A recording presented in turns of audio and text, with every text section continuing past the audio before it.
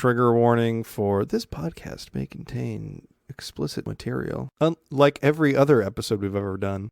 Hey, listener, thanks for pressing play today. In today's episode of the Nerd Nostalgia Podcast, you're going to catch the trio, the TRIFORCE, back at it again. Daniel. In this episode, they're going to be discussing the Sandman show, along with the Gaiman universe and some different characters like John Constantine and some others. If you're new around here, please head over to Apple Podcasts, drop that 5-star, tell your friends, family, and coworkers about us. Help us grow this audience. All right, y'all know the drill. Before we get started, here's a quick clip for you to enjoy. What's the pig's character from Dragon Ball? It's not Mr. Porker, I'll tell you that. God, what is his name? All I can think of right now is Emperor Pilaf, but it's not that. But he talks like this a little bit. It's Oolong. Oolong, yeah. Oolong. There it is. Actually, that was a really good voice. It wasn't bad. Yeah, that was me. Thanks, guys. Oh my God, I'm a compliment really from Brian. impressed. Oh my God, I'm like giddy. Also,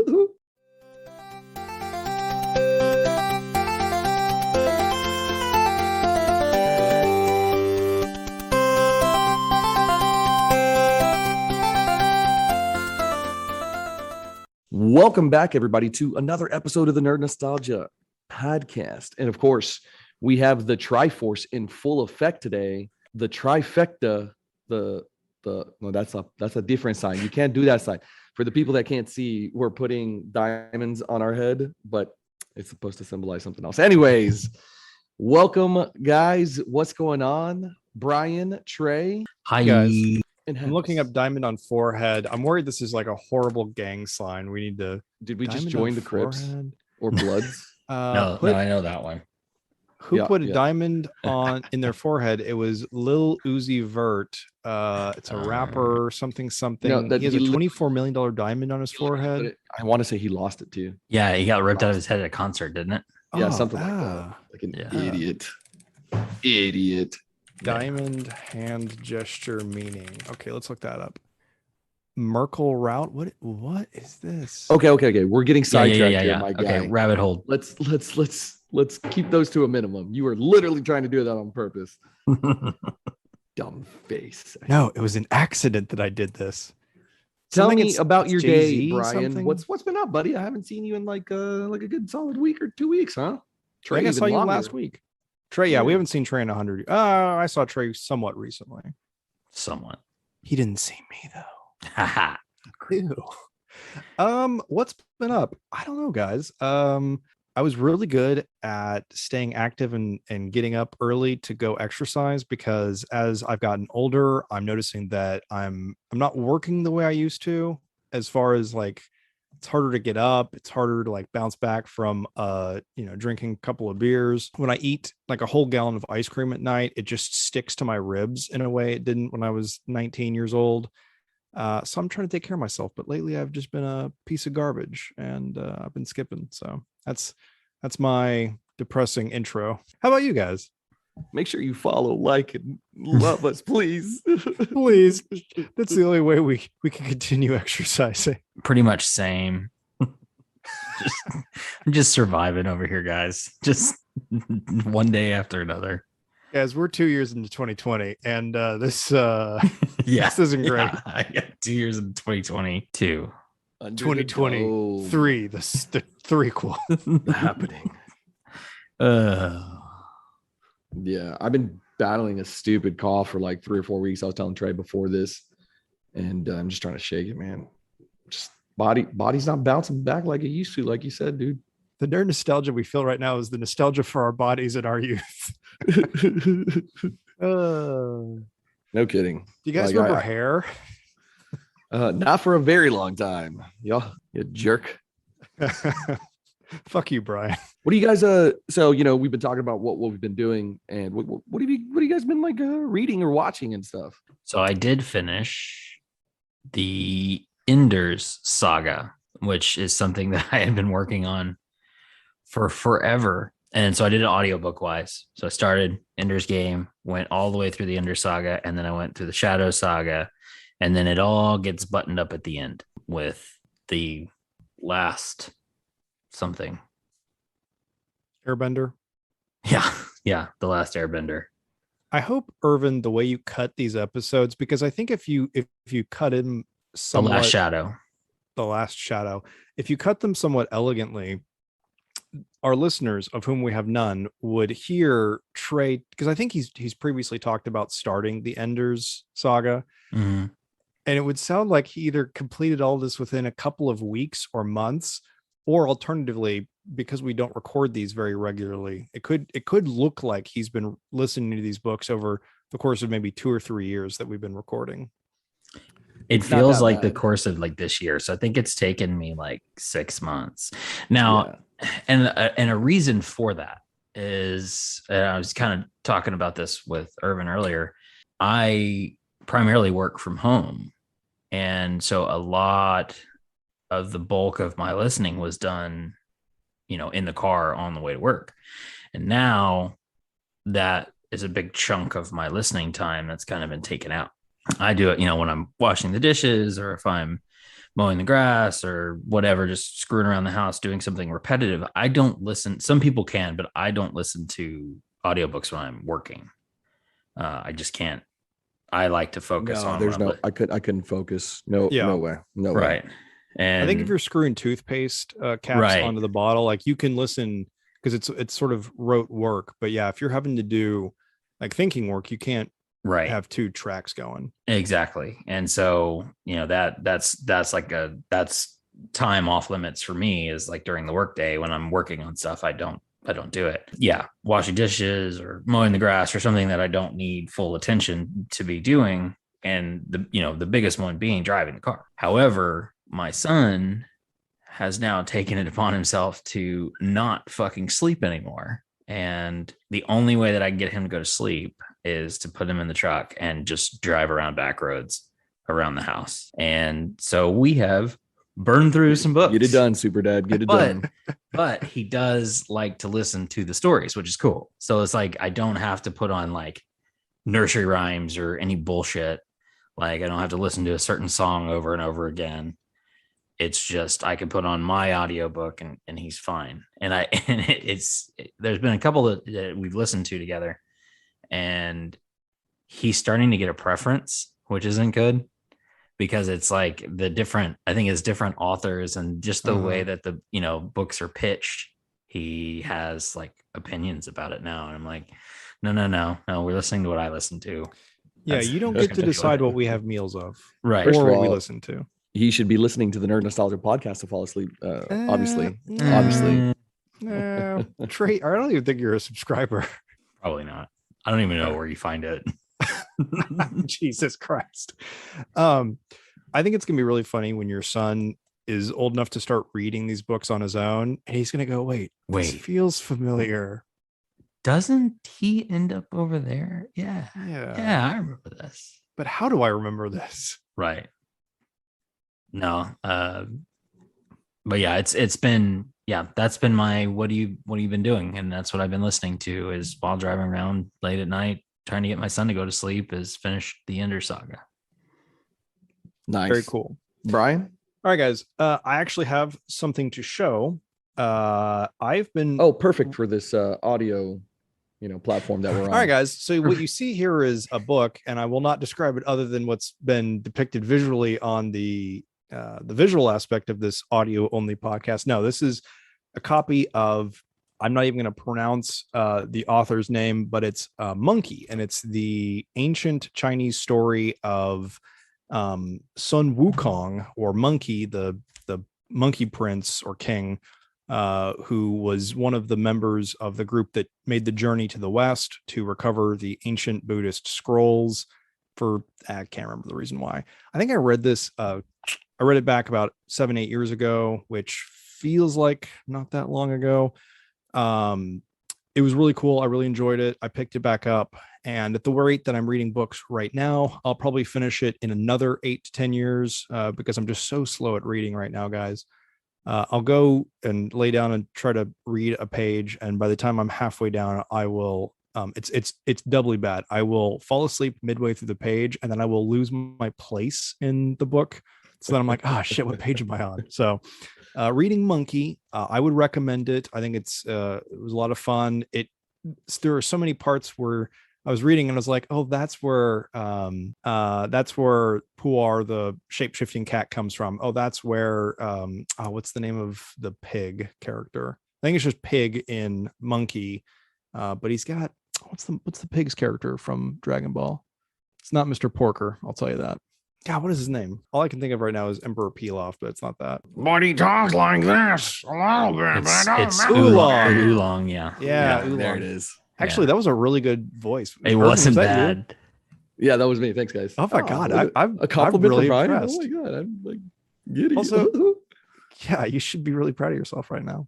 Okay, so that's what I'm reading right now, guys, and we'll probably be reading for the next decade. Irvin, what about you? So super funny that both of you guys went in with like, oh, audiobook reading. That's actually what I've been doing a lot of too. So it looks like we're all traveling on the same wavelength. I've crushed like 6 or 7 books in the past, I don't know, like 2 or 3 months. So Comic right books now, don't count. What's that? Comic books don't count. I know. It's not comics. What have I Graphic been? novels still don't count. Are these picture books? Are the pages Damn it, mostly they are picture colorful books, you sons of pictures? bitches? You knew. You know what I've really, really enjoyed? Ready Player 2, because it's read by Will Wheaton. Will Wheaton. Will Wheaton. And so So I've listened to okay, his. so he I've did listened to Ready his Player 1. yeah, and he does a really, Did really good Ready job. Player 2. Yeah. And then now I'm on Armada. It's Which kind is of in the another background. Ernest Yeah. Cline. Yeah. Another Ernest Cline book. If you're pop culture fans, if you're a fan of the Nerd Nostalgia podcast, highly recommend you go read these books. Go check them out. Go watch the movie. The movie's not as good because they couldn't, get a lot of the copyright stuff. Think Free Guy, except without all the rights to Disney and stuff. But he does great job. Probably stolen rights. Pretty much to yeah, Disney probably. and stuff. Yeah, it was Bootleg. it was 80s focused nostalgia copyright stuff that they had to get a hold of, and they did a pretty good job getting the main stuff, but there were things in there that were missing that were kind of like that would have been And really they cool. They made a couple good substitutions too. When they couldn't get something, so I didn't mind it. I wouldn't mind listening to it again, honestly. No, it's good. It was that good. It's one of my fall asleep audiobooks. And so because I like Will Wheaton's voice. He does a good job of just kind of monotoning it, but doing the voices at the same time. But, yeah. He so it's changes easy to go his to sleep pitch to. enough to be like I'm a burly man and then I'm a old girl and that kind of stuff. So he does a really good job. Is this episode where Irvin's like putting himself out there as a voice actor now? Yes. He's been doing voices. It's good. I like it. The funny thing is I'm actually going to take a stab at it here pretty soon. But for real? Did I predict that? Yeah, no. You actually are hitting it, but not from a anime standpoint. Not yet. I'm gonna do like professional benefits kind of thing, and then go from there. So yeah, cool. All right, guys, you heard it here first. I won't forget you guys when I become famous from becoming a voice actor. Because we're gonna cash out whenever you sell this thing. We're gonna make all $0 back. All of it. I'm keeping my headphones and the microphone. Oh, that does belong to Irvin. Yeah, forgot about that. Don't just put your name on it. That's how you claim possession. Okay. Well, guys, let's I'm glad we're all caught up. Let's talk about our main topic. I know one of the hosts is super excited about this because he's a big fan of this author, and Netflix, I want to say, absolutely crushed it and hit it out of the park. I've heard nothing but good things from outside sources, from comic book collectors, from, water cooler talk at work. People have been talking about this show, and it's Sandman. What do y'all think? Where's y'all's mind with this? I thought they did a great job. Like Irvin said, I grew up reading the comics, have over the course of my life, have had several collections and just redid my collection of it again because they inevitably get stolen. But yeah, I mean, it's not a 1-for-1 recreation of like the first year's run, but it's pretty damn close. And as far as hitting the high points, it's in there. There are a few changes. that they did to not necessarily shorten it, but make it make a little bit more sense. Almost like what they did with like Game of Thrones. That first, the first season of Game of Thrones is like almost one for the first book. Game of Thrones for being for Game of Thrones, with the exception of like combining a few characters or giving someone else something to do. That and the fact that John Constantine is Joanna Constantine in the series, which put a little Doctor Who in your life. It's never a bad thing. So speaking of Constantine, real quick to go on a tangent, what do you feel? How are you feeling about Keanu Reeves being announced for John? That shit came out of nowhere, dude. Literally out of nowhere. No, I'm talking about your tangent. That's not even. That's well, it's Constantine related. I mean, that's you literally just talking about John Constantine, and I switch over to talk about Constantine. All right, guys, out of nowhere. This is the Sandman and Constantine episode. Yeah, well, I mean, Constantine has not far off. It's the same universe. Constantine has a lot to do with Sandman, and he appears several times throughout the comics. Usually for the better. But yeah, it's that's of all the fucking things out of left field, like we got Keanu Reeves back as John Constantine from LA with dark hair. Okay. Did not see that coming. Do you think they'll make him go blonde? No, it's going to be a continuation of the old one. Yeah, you remember that movie from 16 years ago that only 12 people saw, which were mostly Trey and me? Yeah. And me. I saw it. I actually liked it a lot. Yeah. I think it's a cult classic. I think there's a It is. I think there's a following for it because there's a lot of things working for it. It pissed so many people off, so many of the folks that grew up reading Sandman. Not Sandman, but the purist, right? Yeah, he's not British, which is a huge thing. He's not British. Like, okay, that's a big fucking thing. He's not blonde. He wears a black trench coat. It's in LA. Like, no, there's a lot of things that they fucked around with it. But I have seen that I think it's in the comics or in whatever, they broke a fourth wall and they said, "Oh, did you know that there's a version of Arrowverse." you?" I was literally about to say that. Yeah, is that what it is? Yeah. So it's like, yeah, there's a version of you running around LA with dark hair, and it's that's pretty fucking funny. Like, what was it called? Oh, probably one of the crossover Infinite events. Yeah, it was the crossover events, but it was whatever that team was. I forgot what they were like. It was like all the rejects, basically. Legends of Tomorrow. Legends of Tomorrow, exactly. He joins them, and then like they talk about it, and I thought it was hilarious. Anyway, back to Sandman. Well, hold on. The one thing I'll say about because this is now the Constantine episode / Sandman episode. Yeah. This is the Sandman universe episode. Bet. Okay, well, Martian Manhunter is going to come up then. Mm-hmm. Swamp Thing. Oh yeah. The one, I wouldn't call it a plot hole. I would call it a what the fuck moment from Constantine that I need them to address in the nearly 2-decade delayed sequel. I fucking know where this is going. Okay, go ahead. Okay, yeah, because I've bitched about it consistently for 2 decades. Yeah. It's that we're not going to get to this again. I think we've actually talked about Constantine. We totally have. Yeah. Okay. We did it as like one of our favorite things, and you have already addressed this. You've already talked Irvin, about then it. Since you remember everything we ever talk about, tell me what I'm mad about from the original Constantine. Trey, no help. I don't remember what it is, but I remember where it's going to go. Okay, well then to refresh your memory, here's what happened. Keanu Reeves at the end of the movie was dying kind of lung cancer because he smokes all the time.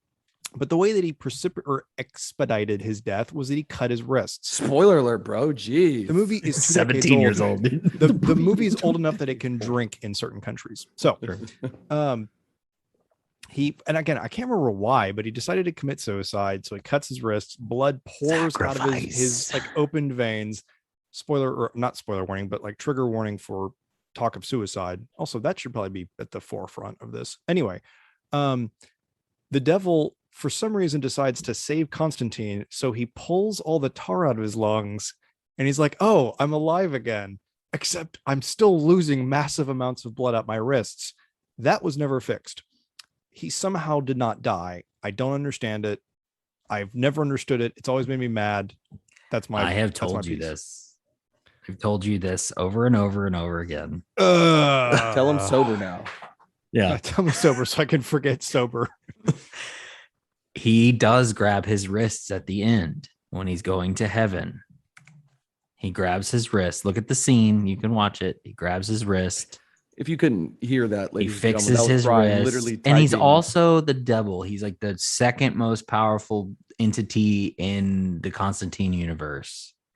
He can do whatever the fuck he wants. So he brings him back to life. But the reason why he addresses the tar in the lungs is because he knew that he was going to die like super soon. And if he just really didn't do anything for like a month until he died, he would still go to heaven. So this way he gives him more time on earth to fuck up again. And that way he'll get his soul in the end. Also, fucking magic, bro. It's the That's fucking how. devil. He can do what he wants. So so kind of along this same line, you know, we've talked about Sandman and now we kind of jumped to Constantine, but Lucifer is another spinoff of Sandman. And not that Constantine is, but Lucifer is a spinoff of Sandman. Yeah, it's And all from that like Vertigo era, right? Right. And it's Gaiman he wrote Sandman with the help of a couple of folks, right? And pretty much everything in comics is the help of a couple of folks.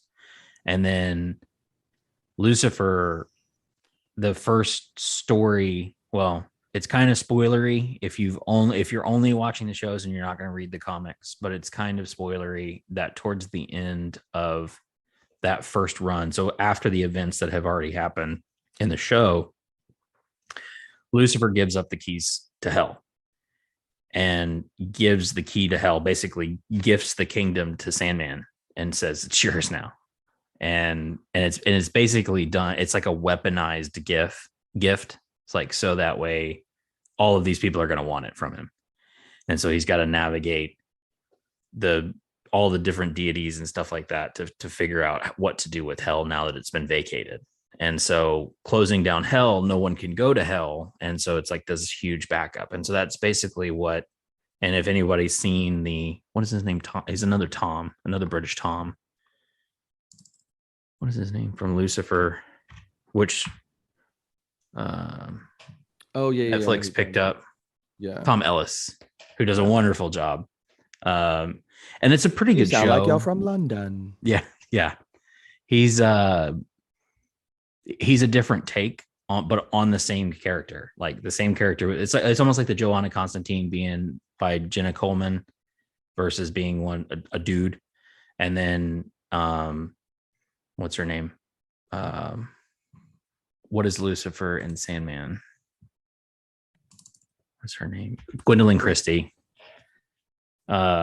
Being Lucifer in the Sandman series, and then they have Tom Ellis be it in the Lucifer series. But again, it's one of those things that Satan is an angel, so they don't necessarily have a sex, and they can just kind of pick and choose as they go.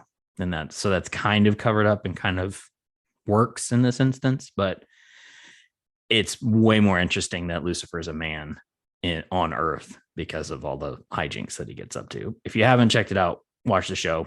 I like Lucifer as well. It's not as good as Sandman, but it's pretty good. So do you think the difference between the two there is that Gaiman had a heavier hand in the Sandman series, whereas Lucifer is just kind of based off of the world? And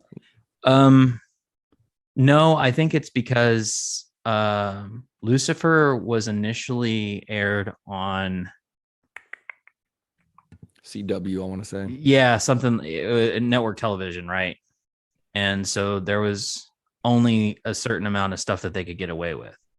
And then whenever the network television canceled it, and Netflix picked it up, it actually got a little darker, a little more language, a little more hedonism. Like they were able to get away with that. And I think that's the difference, main difference. That's fair. With like Lucifer and then Sandman. Now, Gaiman did have some input in Lucifer. He was like an executive producer, but I don't think he was like in the day-to-day, because they made that thing run from 2016 to 2021. That's a pretty long run for an hour show. And so that's a lot of material to cover. And so they made it into almost like a buddy cop comedy thing, which works. And I will say that it does get a little stale. And it's like, okay, they're going to solve another murder. They're going to solve another murder. It's like, okay. But finally, by the time that Netflix picks it up, it was on the kind of the downtrend and kind of getting old. And then they really started to focus on like the supernatural aspects of the show. And while it doesn't make a whole lot of sense, it still works out and it's fun. So I think that's the difference. But yeah, you have these other shows, American Gods, that just ran away and turned out to be just not any good at all, and then didn't get picked back up and never finished. So much potential. Such a good, it started out like I thought it was really good, but then it got a couple of different agendas and went in a couple of different directions that just didn't make any sense. Not that I'm looking necessarily for a recreation of the book. Like that would be cool because it's a great book, but it's not necessary. There's a lot that you can do. There's a lot of material that you can deal with. And they just went in just the weirdest directions with shit. And so it's like, okay, like I still watched it. I watched it through to the end, but then it didn't get picked back up. And I was kind of like, well, that was fucking pointless. How far into the book did it get? He hadn't Without even gotten spoiling to too much. He hadn't even got to the no, I guess he did. He had basically just gotten to the town in the north, whatever that town was called, the one in that's Michigan. The middle of the book. Winterfell. Yeah, Winterfell or whatever it was. But they like put in there and then like finished the story immediately instead of like having him come back and finish it later on like they do at the end of the book. Oh yeah. That was, I thought, a really cool tie-in. Yeah, tie-up. Just that like he finishes the story, he finishes like his whole quest, and then he's like, wait a second. Yeah. And it just like, it's something that it was like a just throwaway scene, or not scene, but little section of the book that, okay, that's really disappointing that he wrapped it all up right then and there. Right. And so Wednesday had just been shot. That was the cliffhanger that they left it on. And so nothing past Wednesday being out of the picture has gone on, or it was canceled after that. And I heard back and forth about them trying to maybe do a movie or like a TV, a Stars developed movie or something like that, like a really long episode to tie everything up or something. But I don't think any of those actors want to have anything to do with it. Yeah. Or the producers or the directors or anybody. Everybody just kind of left it going. But so anyway, the plot of Sandman. Right. No shit. This ended up being just a Sandman episode. Universe. Yeah. A Gaiman fucking episode for sure. Well, because it's more the Neil Gaiman episode at this point. Right. I think it's a Sandman Universe episode, honestly. Well, there's one that's perfect. Not, let it evolve into what it is, There's not I don't think there's any correlations between like American Gods and Sandman, and the other one that Gaiman did, the other show that he did that did really well, which was for Amazon, was Good Omens. Oh yeah. So good. Such a good show. And he had like, hands on, I mean, production in that. And it was perfect. Like, it was spot on, right? Like, I think they did like one minor change, didn't they? I forgot I can't even remember what it was, but I was like, no. Brian swears that they like kind of explained away not killing the kid. And he totally did that in the book too. So that's not really a change, but no. So I think in the book, they explain away the child not dying. I think it's left ambiguous in the show. Maybe. Oh, the swapped out kid, right? Yeah. The when third child. Yeah, when they're playing whatever the shell game. Yeah. So I think that the way they explained it in the book was there was a little footnote, and then it talked about like he goes off with some stupid little family, and then there's like some random throwaway line in the middle of the book, and it's, if you blink you miss it. I don't think they have the same thing in the show. But if you disagree with me and you think there is an obvious sign that the child is still alive in the show and it was not left ambiguous, please leave a comment, please rate us, and please hit that like, subscribe button or whatever. I don't know. Irvin, what the fuck am I supposed to say about that? Oh, he left. Well, now we can talk about whatever we want. Well, fuck him, fuck Irvin. I don't know what to talk about. No, you had some questions though. You had some questions about Sandman. Okay, yeah. So let's talk about Sandman. I'm coming at the show as someone with no background on the comic. Like, I knew that there was a comic. I knew that it had been going on for a long time, and you've talked about it on and off quite a few times. Um, Explain to me as a dummy, and I did watch, as you know, I did watch the show. I really enjoyed it. I think is it Tom Sturridge? Whatever he Yeah. was, whatever he was going for, I think he evoked some timeless god of dreams pretty well. He talks a lot like this and makes me wonder if that's why I dream this way.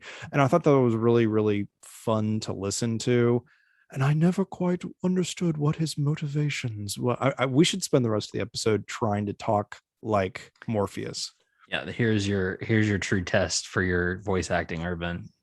You have to talk like Tom Sturridge the rest of the Talk like Tom Sturridge, but even though you've never seen the show. right. Yeah, I was like, I don't know what to do there. Just talk like a British person who Talk was like a punched in the British stomach. person. Talk like a British person punched in the stomach. Oh my goodness.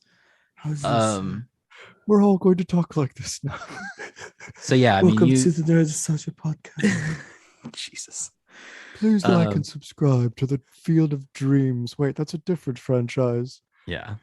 If you dream it, Brian, do you have any additions to Trey's kind of assessment? Well, no. So what I was trying to kind of figure out is, okay, if we're looking at season 1, you said covering the first year run of the comic. Yeah, I think so. Oh, well, and I say it's a year. It's, you know, it's like the 1989-ish run, and I don't know exactly how long. Like, I'm not that big and huge into it, and again, the way that I've read the comics, and I read them because it was from 1989 to 1996 was the original run, and I was 1 to 7 during that, and so I definitely didn't read it when it came out. So all of my reading of Sandman has been done in collections, and so like right now I have finally collected them all again, and I have the omnibuses. There's 3 of them, and they're huge. You know, they weigh about 5 pounds each. Anyway, I can read from, you know, one book to the next very quickly, and so I don't know. I can't. It's hard to gauge what, because it's just a continuation. The story is broken into segments, but it's a continuation of the story. Anyway. So so if you're looking at 100% of all 3 omnibusi, if you're looking at all 3 of those, what percentage does season 1 cover? Is it like 10%? Is it like like 1? No, maybe like 5 or 10%. Okay, interesting.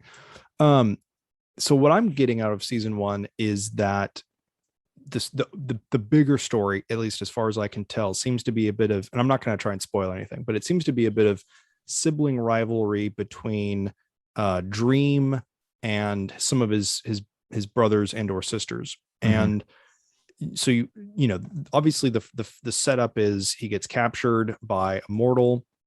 There's some weird stuff that goes on with that, and that has some consequences down the road. But the bigger issues at play are his kind of being in combat with his siblings, right? Does that seem to be the greater arc of the story? Because that's what I'm getting from it. Yeah, it is. That is a big over arc of the first couple of, like I said, collections, right? It's Dream versus Desire and Despair. But Desire and Despair aren't necessarily just picking on Dream. They do that shit with everybody. That's just kind of how they are. They're, you know, each of the endless are the manifestation of those aspects of life, right? Destiny, death, dream, despair, desire, delirium. Destiny. Did you say Destiny? I said Destiny. Yeah, that's the oldest one. Anyway, there's like 7 of them. Yeah. And we haven't been introduced, as far as the show has gone, we haven't been introduced to that many yet. Just desire, despair, dream, death. And I don't even think we met Destiny yet. No, but he's there. Yes, Anyway. we've met desire, despair, dream, death, maybe some of the other siblings we just don't know yet. So yeah, let's set a little bit of the groundwork for both Irvin as someone who's not. You haven't seen the whole thing, right? Have you? No, I have not, sir. Yeah, so both Irvin as someone coming to it new, and also I guess any listener that's like, what is this Sandman about? So, and I'm going to give you what I know, and then I'll let you fill in any gaps. So Sandman goes by a couple of different names. He is the Sandman, he is Morpheus, he is, I guess, the god of dreams, or he King of is Dreams. king of dreams. Got it. Yeah, I mean, really, yeah. And then It's I a guess bunch. He has a bunch of names and a bunch of mhm. different languages. Everybody has their own version, but Sandman is what we know him as. And so in, I guess, in Sandman, or in um again, I guess the most proper name for him is Dream, or Dream of the Endless. He is part of this group of endless beings that I think are pretty closely tied to the existence of humanity, because these are all manifestations of human aspects, like the Not fact that, just humanity, life in general. okay, so all life in the Mhm. cosmos, and All cosmos is I. oh, Cosmos I. multi Yeah. verse stuff comes in. um the story seems to follow primarily Dream, although obviously it goes off into different little adventures elsewhere. Mhm. And it to me, it just seems to be about how he's wrestled with this getting captured early on in, I guess in the show it was early, like 1914, 1915, and how that Yeah, developed. so again, yeah, kind of touching on that. Again, this stuff was set in 1989. Well, not all of it, but like the beginning. So where he's been trapped and then getting out. And so it was kind of a strange move. I mean, but it works. It's fine. But it was kind of a strange move to like, okay, yeah, he was actually captured in, 1914, 1915 or whatever, which is when he was captured in the comics. But then like him getting released and all that kind of stuff happens in 1989 in the comics, but like now we're here in 2022 and this is happening. So like you're like looking at some of these characters and they're like over 100 years old and they look great. Mhm. And they did explain it away a little bit because of their kind of approximation to some of the artifacts that Dream leaves laying around. And so I mean it works. It's not like a huge takeaway, but it was just kind of like doing the math. I'm like, she's like 85. This and bitch is having kids at the age of 90. Yeah. But yeah, that's pretty much it. It's the start of the show and the start of the comics are pretty much one and the same. He's been trapped in the bubble for a very, very, very long time. And then it's him finally breaking free. Mm-hmm. And yeah, coming to grips with that. So the different aspects of he himself that he has to collect, his helm and his bag of sand and his ruby and all of those different things that is, I mean, again, like kind of the comparison I made was Game of Thrones to the first season of Game of Thrones, pretty spot on with minor changes. And it was the same thing with this run and then season 1.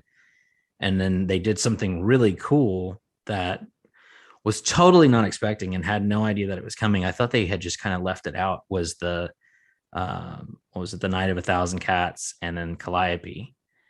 And those are two stories that have their own books within that run, but they're so kind of far unrelated. They're like almost like filler books, like in that run, that they don't progress the story.